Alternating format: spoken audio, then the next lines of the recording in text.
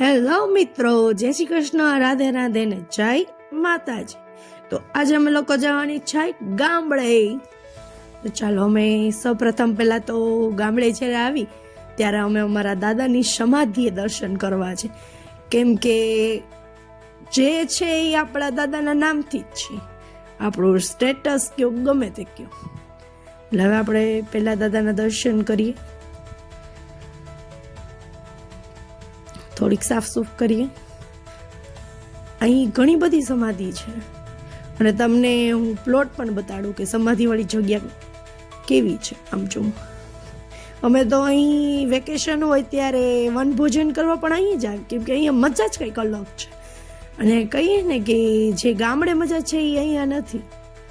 એટલે હવે પપ્પા તેઓ બધી કરવા લાગ્યા છે, તો ચાલો આપણે પણ થોડી દાદાના દર્શન કરી લઈએ।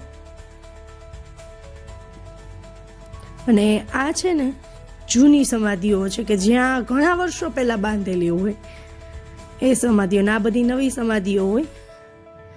અને અહીંનું તમે ક્લીન જુઓ જરાક, કે આપણા લોકો કહીએ કે ખાલી વિન્ડો પડ્યો હોય ને તો એમાંય ફૂલ કચરો હોય, પણ અહીંયા તમે જોજો મમ્મી બધા જ સમાધિ એ દીવાબત્તી કરશે।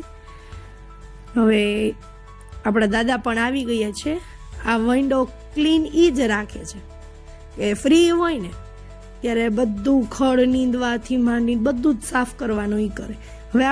હવે આપણે જઈશું ખોડિયાલમાંના મંદિરે, કે કહેવાય છે કે જ્યારે ખોડિયાલમાં ગળદરા, રાજપરા અને રોહિશાળા ગયા હતા એવી જ રીતે સાંગણવા ગામમાં એમને દેહનો ત્યાગ કર્યો હતો, એટલે તેથી કહેવાય છે કે ખોડિયાલમાંનું સમાધિ સ્થાન લોધિકા તાલુકાના સાંગણવા ગામમાં છે।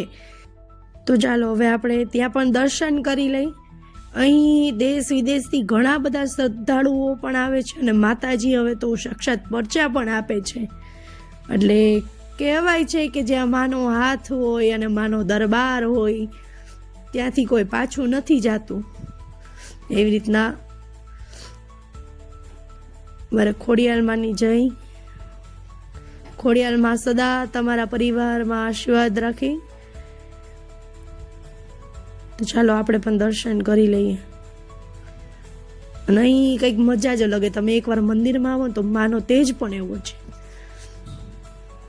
તો ચાલો હવે આપણે દર્શન કરી લીધા છે, પણ અહીંથી જવાનું જ મન નથી થતું, એટલે આપણે પાછા દર્શન કરીએ।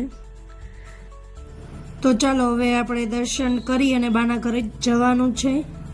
તો ચાલો મળીએ નેક્સ્ટ બ્લોગમાં। ખોડિયાર માતની જય। અને તમે અમારો વિડીયો જોતા હોય તો લાઈક, શેર અને સબસ્ક્રાઈબ કરવાનું જરા પણ ભૂલતા નહીં।